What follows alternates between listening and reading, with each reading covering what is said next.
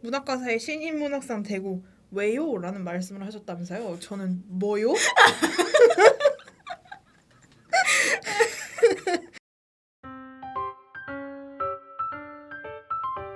잘할 수 있을지 걱정이 좀 됩니다. 먼저 파묻힌 이유를 소개하자면 일단 이 책은 표지평론가 서로진의 마음을 끈 책입니다.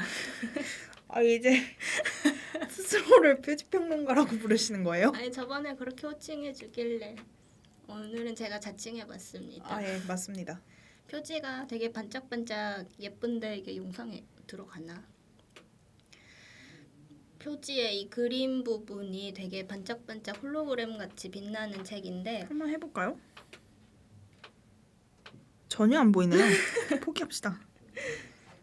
저도 언젠가 꼭 이런 책을 만들고 싶다는 마음에서 지난 여름에 교보에서 홀린 듯이 집어들었습니다. 원래 저는 책들을 여름에 신나서 사버리는 경향이 있는 것 같아요. 여름에만 신나서 사시나 봐요.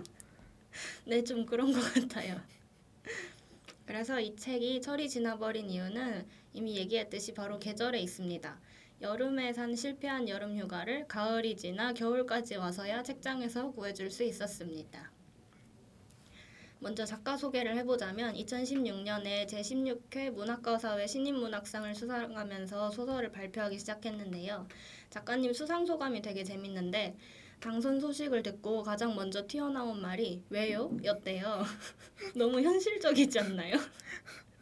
작가님에 대한 정보가 별로 없더라고요. 대신에 작가님 정보 찾으려고 검색하다가 읽고 싶은 책들이 생겨버렸어요.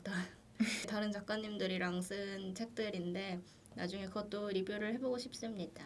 그래서 실패한 여름휴가가 첫 소설집이고 2018-2019년 문지문학상 후보작으로 선정된 스테인드 실패한 여름휴가를 포함한 소설 7편이 수록되어 있습니다. 이 단편집에 실린 7개의 작품들은 각각 여러 이야기들을 하고 있지만 두 가지 공통점을 갖고 있습니다. 첫 번째 공통점은 이야기들이 누군가의 공백에서 시작한다는 것입니다. 친구, 애인, 심지어는 거의 알지 못하는 누군가까지 작중 화자의 누군가는 항상 화자를 떠났거나 죽었거나 사라집니다.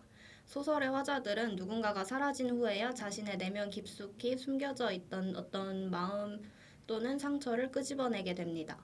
이미 사라졌거나 떠난 누군가와의 관계는 그 사람이 더 이상 곁에 없기 때문에 그 관계를 개선하거나 발전시킬 수 없습니다. 하지만 그 누군가는 화자의 곁에 공백으로 남아 그 공백의 존재로 하여금 화자에게 어떤 생각을 이끌어내기 때문에 의미를 가집니다. 이 책에서 공백만큼이나 자주 포착되는 불안 또한 공백에서 비롯된 그 끈질긴 생각들을 통해 해소되기도 합니다. 로진 진짜 공문고스럽다. 우와. 당황스러워. 저는 실패한 여름 휴가를 읽고 느낀 게 별로 없어요. 예. 그냥 보고 굉장히 약간 일기 같은 느낌이 든다 했는데 실제로 자신이 쓴 일기와 메모에서 영감을 얻고 좀 글귀를 짜집게 하셨다고 하더라고요. 두 번째 공통점은 물음표입니다.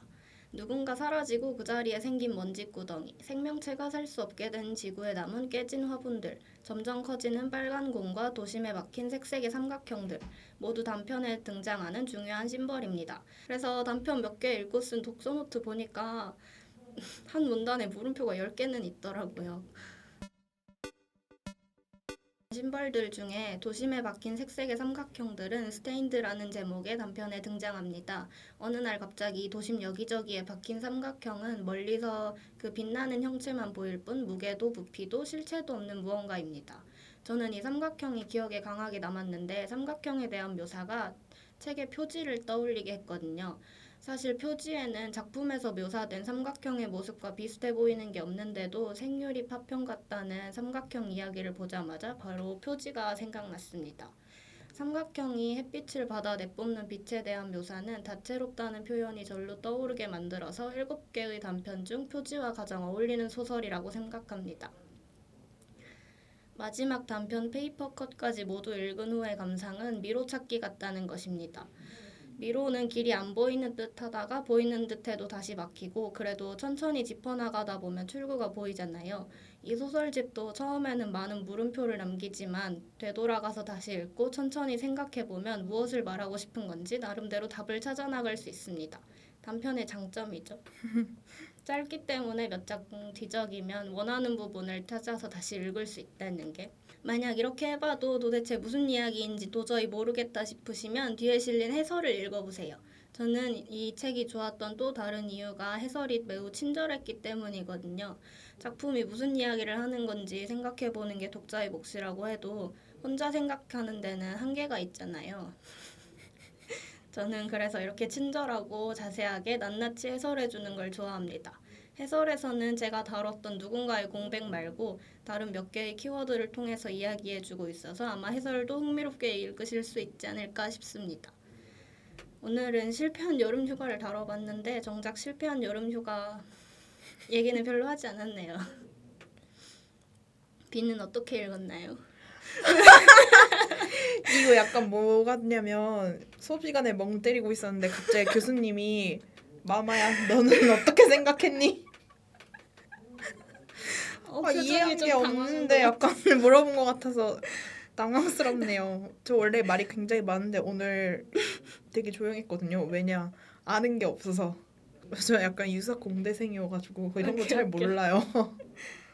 근데 저도 읽어 준비하려고 쓰면서 머리 좀 많이 쥐어뜯었어요. 너무 어려워서. 그래도 로진의 짬이 느껴지는 리뷰였던 것 같습니다. 그렇다면 다행입니다. 네. 실패한 여름휴가 읽었을 때 어땠냐면 대체 무슨 얘기야 이게? 작가님은 문학과사의 신인 문학상 되고 왜요? 라는 말씀을 하셨다면서요. 저는 뭐요?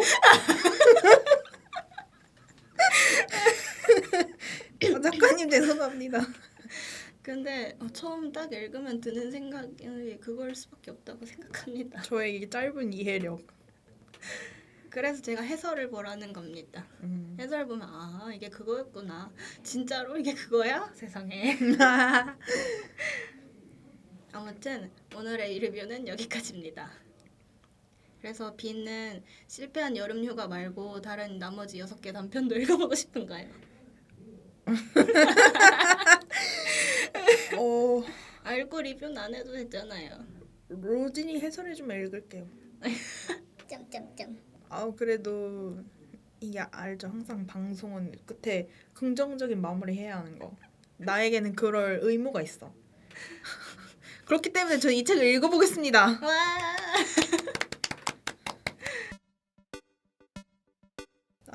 오늘 리뷰는 여기까지고요. 짧지만 긴 영상 또 봐주셔서 감사합니다. 그리고 오늘 랩하느라 고생한 로진에게 박수. 와. 입이 바싹 탄다. 다음 주는 저의 리뷰로 돌아오겠습니다.